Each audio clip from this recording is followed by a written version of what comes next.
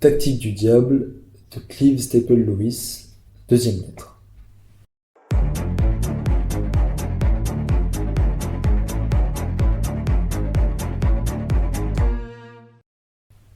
Mon cher Wormwood, j'ai appris avec un vif déplaisir que ton protégé est devenu chrétien. Ne t'imagine surtout pas que tu vas échapper aux sanctions d'usage. J'ose espérer que dans tes bons moments, tu ne le souhaites même pas. En attendant, il nous faut tirer le meilleur parti de cette situation. Il n'y a aucune raison de désespérer. Des centaines de convertis nous sont revenus après un bref séjour dans le camp de l'ennemi. Toutes les habitudes physiques et mentales de ton protégé jouent encore en notre faveur. Pour l'instant, l'Église elle-même est l'un de nos alliés les plus sûrs, mais comprends-moi bien. Je ne parle pas de l'Église que nous voyons s'étendre dans l'espace et dans le temps, qui est enracinée dans l'éternité et qui est aussi terrible qu'une armée en corps de bataille. Ce spectacle-là, je dois l'avouer, met mal à l'aise même nos tentateurs les plus hardis. Mais, fort heureusement, il est caché aux yeux des hommes. Tout ce que voit ton protégé, c'est l'édifice en faux gothique qui se dresse, à moitié achevé, dans le nouveau lotissement. Quand il y entre, il voit l'épicier du coin se précipiter au-devant de lui et, avec ses manières onctueuses, lui remettre un petit livre luisant d'usure et contenant une liturgie que ni l'un ni l'autre ne comprend, ainsi qu'un autre petit recueil défraîchi de textes corrompus d'une poésie religieuse, souvent du plus mauvais goût, imprimés en très petits caractères. Quand il prend place sur son banc et jette un coup d'œil sur son entourage, il aperçoit justement ceux de ses voisins qu'il a pris soin d'éviter jusqu'alors. Tu peux t'appuyer très utilement sur ces derniers. Fixe son attention tantôt sur des expressions comme le corps de Christ, tantôt sur le visage des gens qui sont assis autour de lui. Peu importe le genre de personnes qui l'entourent. Il peut y avoir parmi eux des partisans acharnés de l'ennemi, cela ne fait rien. Grâce à notre père d'en bas, ton protégé est un sot. Il suffit que l'un de ses voisins chante faux, que ses chaussures craquent, qu'il ait un double menton ou des vêtements bizarres, pour qu'il soit prêt à trouver ridicule la religion d'un tel homme. Au stade où il en est, l'idée qu'il se fait du chrétien est avant tout visuelle, bien qu'il la croie spirituelle.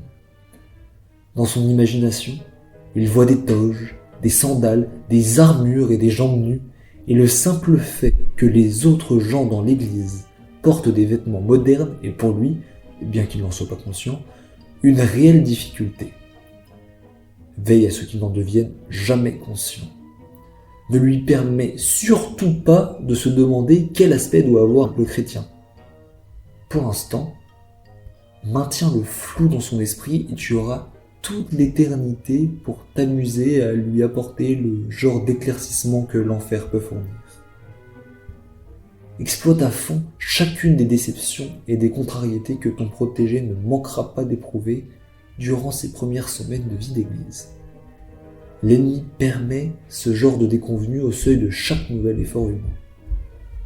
On la retrouve chez le jeune garçon qui, après avoir été captivé en entendant raconter les histoires tirées de l'Odyssée, est obligé de se mettre à l'étude du grec. Chez les amoureux qui, une fois mariés, doivent apprendre à vivre ensemble. Elle marque, dans tous les domaines de la vie, le passage du rêve à la réalité. L'ennemi prend ce risque, parce que, par un étrange caprice, il entend faire de cette affreuse vermine humaine des gens qui, comme il le prétend, l'aiment et le servent librement, des fils, comme il les appelle dans sa manie incurable de dégrader le monde spirituel par ce genre d'union contre nature avec ces animaux à deux pattes. Voulant sauvegarder leur liberté, ils se refusent à les amener, par humeur ou par habitude, au but qu'il leur a fixé. Ils les laissent se débrouiller tout seuls. C'est pour nous une occasion à ne pas manquer. Mais, ne l'oublie jamais, c'est également une passe dangereuse. Car s'ils réussissent à dépasser ce premier stade de sécheresse spirituelle, ils attacheront beaucoup moins d'importance à leurs sentiments et il sera, de ce fait, bien plus difficile de les tenter. Je t'ai écrit jusqu'à présent en présumant que les gens dans l'Église donnaient prise à aucune critique justifiée. Si, au contraire, ton protégé apprend que la femme au chapeau bizarre est une fanatique du bridge et l'homme aux chaussures qui craquent, un avare et un extorqueur, ta tâche se trouvera considérablement simplifiée. Tout ce qu'il te restera à faire, c'est d'empêcher qu'il ne fasse le raisonnement suivant. Puisque moi, malgré ce que je suis, je peux me considérer comme un chrétien, je ne vois pas pourquoi les défauts des autres gens de l'Église prouveraient que leur piété est hypocrite ou purement formaliste. Tu te demandes peut-être s'il est possible d'empêcher l'esprit humain d'élaborer une idée aussi logique. Oui, Wormwood, certainement. Manœuvre bien, et une telle pensée ne l'effleurera même pas.